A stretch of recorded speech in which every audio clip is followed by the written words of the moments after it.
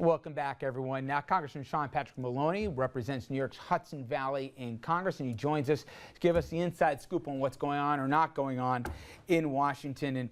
And Congressman, we were just talking about the late Senator Lautenberg, and one of the things that he remarked in the last few years was just how much Washington had changed and how ugly the partisanship had gotten and how unproductive it is. Now, this isn't your first rodeo in Washington. You worked there in the Clinton administration, but as a congressman, is it even worse than you expected when you got there? No, it's not worse, but it's than I expected. But it's bad enough. Your expectations were low. It's bad enough, and I think that we're seeing some progress. You know, a bunch of us are committed to working across the aisle. I joined the No Labels group. We've got the biggest chapter right here in Westchester County, believe it or not, and there's 80 members of Congress now who belong to No Labels like I do, and it's a good tribute to someone like Senator Lautenberg, because the idea is we're just there to fix problems. We're not there to fight. We're going to focus first on what we can do to get results, and my guess is we'll be tired at the end of the day because there's so much work to do and we won't have time to fight. So, you know, Senator Lautenberg had an extraordinary career, and we should remember he was the last World War II veteran serving in the United States Senate. That's something very special that we're going to miss. And he also grew up poor from in an immigrant family, and really lived the American dream. Had a very successful career in business before a very distinguished career in the Senate. So he'll be missed, and it's a good example for the rest of us to stop fighting and start working.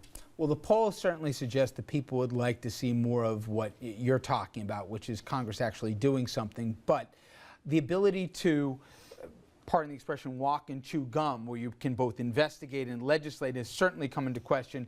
This weekend, Darrell Issa, who, as everybody knows, is becoming the face here of some of the investigative inquiries right now with some of the, let's call them, scandals in Washington. Take a listen to what he had to say, and I want to get your reaction as to what Washington wants to do, let alone can do, going forward. And the administration is still their paid liar, their spokesperson, picture behind. He's still making up things about what happens and calling this local rogue. There's no indication. The reason that Lois Lerner tried to take the fifth is not because there's a rogue in Cincinnati. It's because this is a problem that was coordinated in all likelihood right out of Washington headquarters, and we're getting to proving it.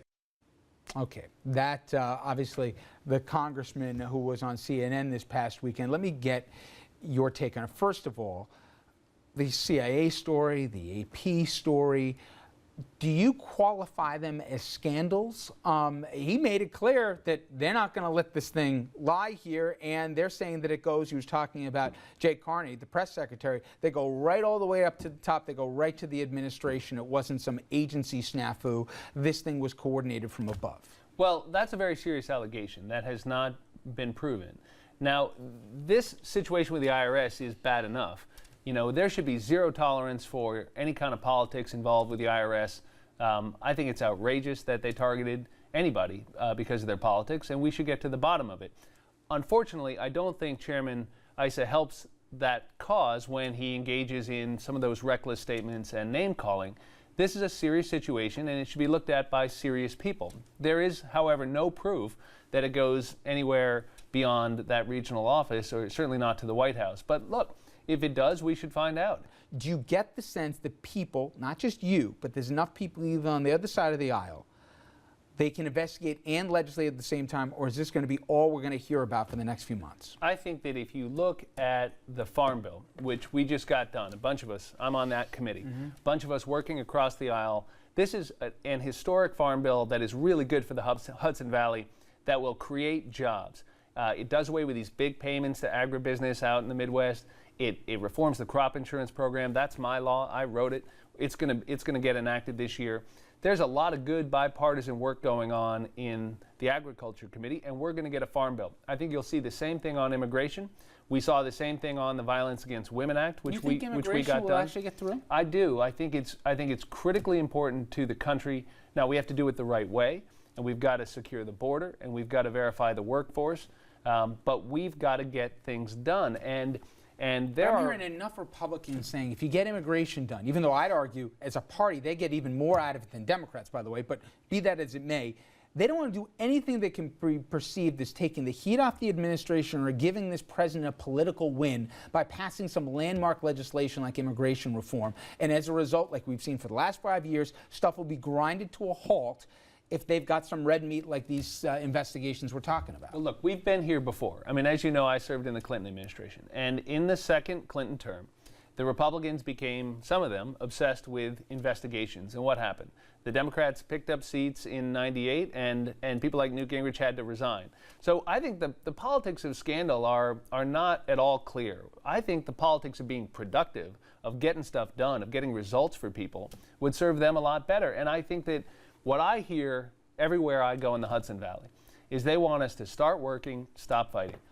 There's a trigger date coming not too long from now where student loans could double.